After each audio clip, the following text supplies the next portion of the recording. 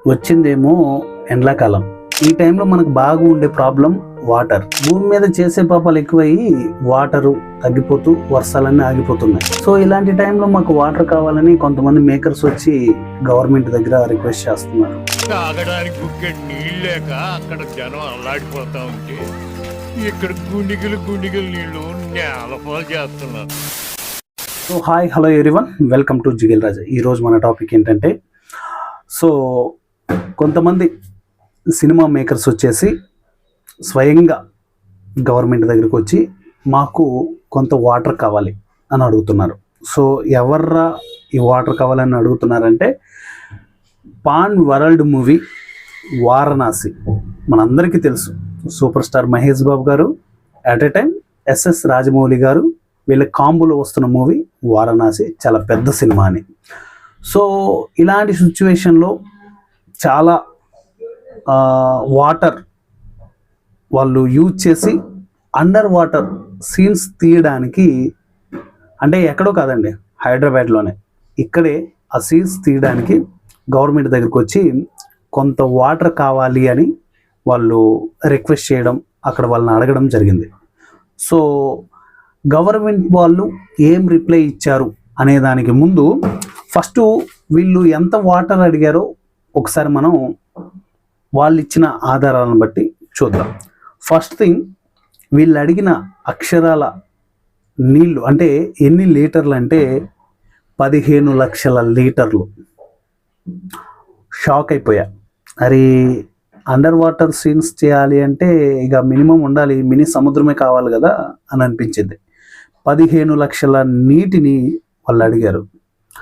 దాదాపు 150 ట్యాంకర్ల వాటర్. అది 15 లక్షల నీళ్ళంటే, అంటే 15 లక్షల లీటర్లు అంటే.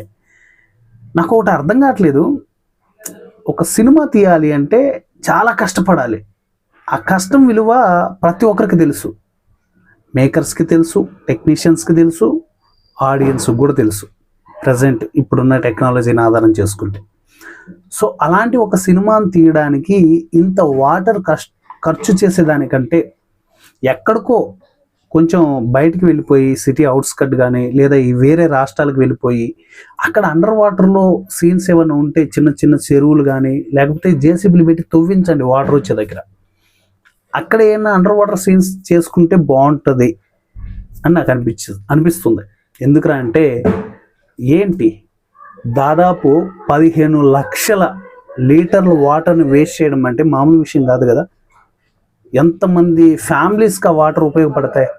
పోనీ ఏదన్నా అడ్డమైన వాటర్లో, పనికిరాని వాటర్లో చేస్తారంటే అది కాదు, ప్యూర్ వాటర్ కావాలి. మళ్ళీ మంచి వాటర్ ఉంటేనే అలాంటి సీన్స్ చేయడానికి ఉపయోగకరంగా ఉంటుంది.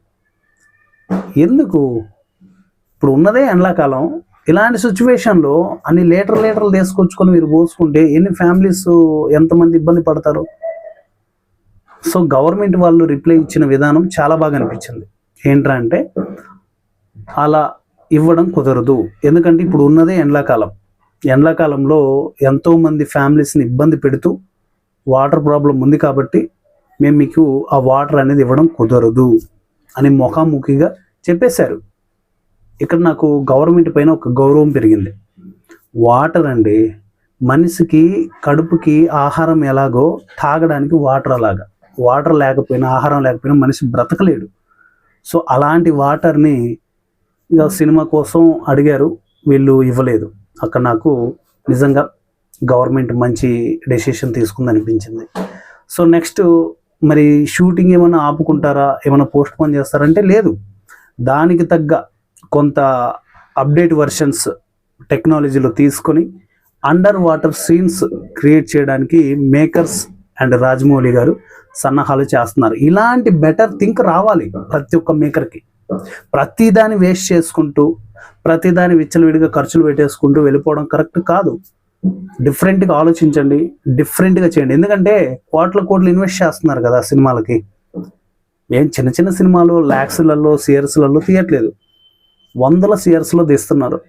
అలాంటప్పుడు కొంచెం బడ్జెట్ పెట్టండి. ఇలాంటి వేస్టేజ్ చేసేదానికంటే అలా బడ్జెట్ పెట్టి టెక్నాలజీని ఆధారం చేసుకొని మీరు ఏదైనా చేయగలిగితే ఇంకా ప్రమోషన్కి కానీ ఇంకా విజువల్గా చూడడానికి వండర్ కానీ ఇలా క్రియేట్ అవుతాయి. సో మీరు తీసుకునే డెసిషన్ బాగుంది. ఎట్ ఏ టైం వచ్చిన అంటే గవర్నమెంట్ ఏదైతే మీకు రిటర్న్ ఇచ్చారో ఆ ఆన్సర్ కూడా చాలా బాగుంది. సో నాకైతే మాత్రం జెన్యూన్ అనిపించింది ఇద్దరు సైడ్ నుంచి. వీళ్ళు చేసే ప్రయోగం వెనుక ఒక అర్థం ఉంది, వీళ్ళు వాటర్ ఇవ్వలేము అనడానికి దాని వెనుక ఒక అర్థం ఉంది. సో ఇది guys. And under water Rajamouli గారు చేస్తున్న వారణాసి మూవీ సినిమాకు వచ్చిన ప్రాబ్లం. సో ఈ ప్రాబ్లంని అయితే వాళ్ళు ఓవర్కమ్ చేసేస్తున్నారు. ఇంకా చేయలేదు, చేస్తున్నారు, చేసేస్తారు కూడా. అది రాజమౌళి గారికి, ఆయనకి 100% ఆ సత్తా ఉంది, చేయగలరు. సో ఇలాంటి అప్డేట్ వీడియోస్ కంటిన్యూగా మన ఛానల్లో వస్తూ ఉంటాయి. మీరు అవి కావాలి అనుకుంటే ఛానల్ని సబ్స్క్రైబ్ చేసుకొని ఫాలో అయిపోండి. నెక్స్ట్ వీడియోలో మళ్ళీ కలుసుకుందాం. Thank you.